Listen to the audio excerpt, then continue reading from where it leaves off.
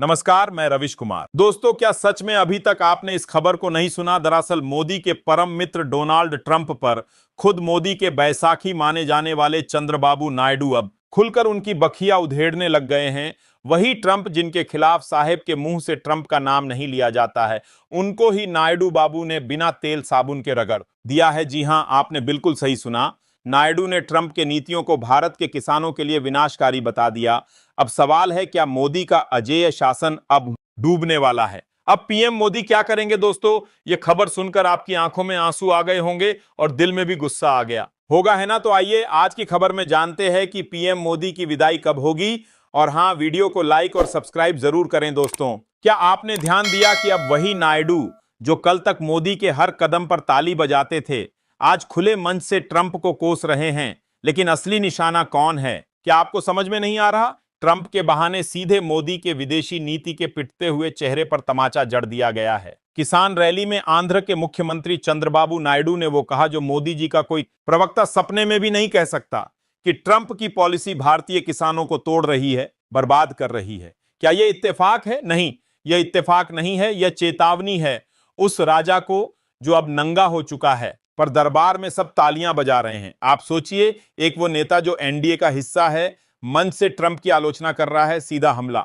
और दूसरी तरफ मोदी जी चुप्पी साधे हुए हैं, जैसे कुछ हुआ ही ना हो।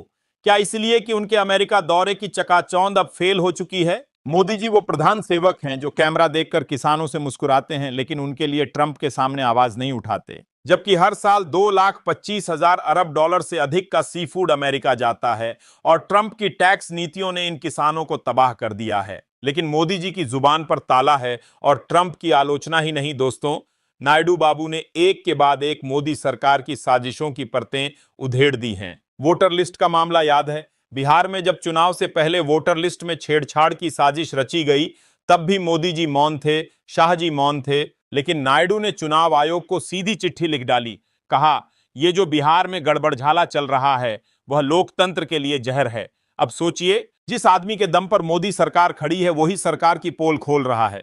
यह कोई सामान्य बात नहीं है। इतना ही नहीं, डिलिमिटेशन पर भी नायडू ने मोदी सरकार को आड़े हाथों लिया। वो प्रस्ताव जो मोदी की नई संसद में सीटें बढ़ाकर दक्षिण भारत की आवाज को कुचलने की तैयारी थी, नायडू ने उसे उसी संसद की फाइल पर रोक दिया। तमिलनाडु के स्टालिन हो, केरल के मुख्यमंत्री हो या रेवंत रेड्डी, सबकी आवाज में नायडू की भी आवाज जुड़ गई और मोदी सरकार की साजिशें एक के बाद एक एक्सपोज होती चली गईं। अब सवाल यह है, चंद्रबाबू नायडू अचानक इतने मुखर क्यों हो गए हैं? क्या वो वही देख रहे हैं जो भारत का हर जागरूक नागरिक देख रहा है? मोदी की गिरती हुई लोकप्रियता, सरकार के खोखले वादे और विपक्ष का बढ़ता जनाधार। खबर तो यह भी है कि नायडू नवंबर का इंतजार कर रहे हैं। क्यों? क्योंकि नवंबर में बिहार के नतीजे आएंगे। अगर नीतीश कुमार हारते हैं, और जो हालात हैं उसमें हार लगभग तय है, तो मोदी सरकार की एक और बैसाखी टूट जाएगी। नायडू यह अच्छी तरह जानते हैं कि यह सरकार अब पहले जैसी मजबूत नहीं रही। जो सरकार वक्त की चाल नहीं पहचानती, वो वक्त के हाथों मिटा दी जाती है। और शायद नायडू उसी मिट्टी का नाम पड़ चुके हैं, मोदी की राजनीति की मिट्टी। और आज जब वो किसान रैली में ट्रंप पर हमला बोलते हैं, तो असल में मोदी सरकार की असफल विदेश नीति पर सवाल उठा रहे हैं।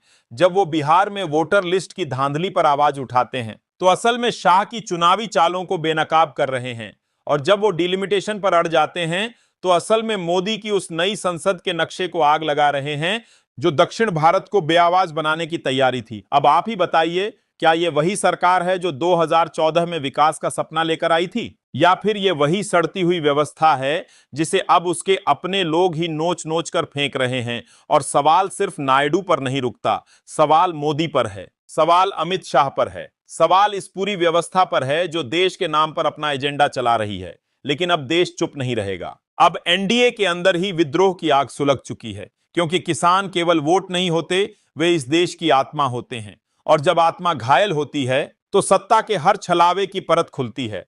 चंद्रबाबू नायडू जब किसानों की रैली में खड़े होकर ट्रंप पर हमला करते हैं, तो वह सिर्फ अमेरिका की नीतियों की आलोचना नहीं कर रहे होते, वो मोदी सरकार की उस कूटनीतिक विफलता को बेनकाब कर रहे होते हैं जिसे मोदी ने ग्लोबल लीडर की पैकिंग में बेचने की कोशिश की। अब सोचिए, मोदी जी जिन ट्रंप के साथ हाउडी मोदी और नमस्ते ट्रंप जैसे कार्यक्रमों में करोड़ों खर्च कर चुके हैं, उन्हीं ट्रंप की नीतियां आज भारत के किसानों को उजाड़ रही हैं और प्रधानमंत्री चुप हैं। जबकि आंध्र प्रदेश के मुख्यमंत्री अपने ही मंच से उस अमेरिकी नीति की आलोचना करते हुए कहते हैं कि इससे हमारे मछुआरे, किसान और निर्यातक तबाह हो गए हैं। फिर सवाल यह है, क्या चंद्रबाबू नायडू अब वही करने जा रहे हैं जो मोदी सरकार में कोई नहीं कर पा रहा?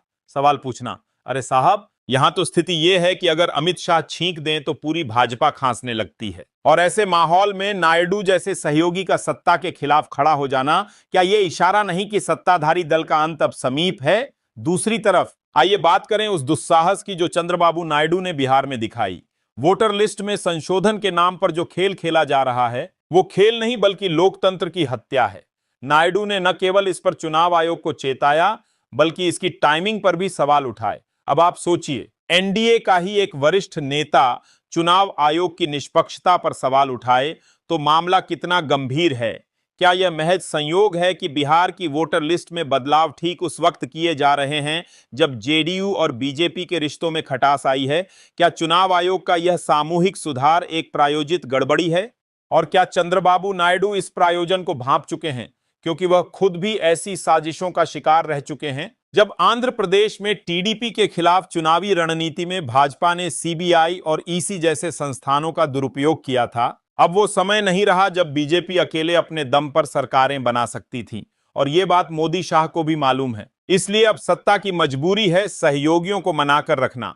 लेकिन जब वही सहयोगी आंखों में आंखें डालकर सवाल करें तो सत्ता की चूलें हिलती हैं, और नायडू यही कर रहे हैं। अब बात करते हैं उस विस्फोटक मुद्दे की जिसे सरकार ने धीरे से दबा दिया, डीलिमिटेशन। दक्षिण भारत में इस प्रस्ताव का जो विरोध है वो केवल राजनीतिक नहीं बल्कि क्षेत्रीय अस्मिता का सवाल बन गया है। सीटों की पुनर्गणना के नाम पर बीजेपी जो गणित बिठाना चाहती है, वह उत्तर भारत की जनसंख्या के आधार पर संसद में दक्षिण की आवाज को सीमित करना चाहती है। लेकिन यही जगह है जहां नायडू ने दिल्ली दरबार के नक्शे को पलट दिया, क्योंकि नायडू अब एक साधारण सहयोगी नहीं रहे, वो अब सत्ता के खेल में किंगमेकर की भूमिका में आ चुके हैं। उन्हें पता है कि एनडीए अब वो एनडीए नहीं रहा जो 2019 में था। अब इसमें दरारें हैं, मतभेद हैं और सबसे बड़ी बात अविश्वास है। और इसी अविश्वास की जड़ में बैठा है सवाल, क्या नायडू अब तीसरे मोर्चे की तरफ झुकाव दिखा रहे हैं? सूत्रों की माने तो नायडू और नीतीश कुमार के बीच कुछ महीनों से संवाद शुरू हो चुका है। यूपीए हो या इंडिया गठबंधन,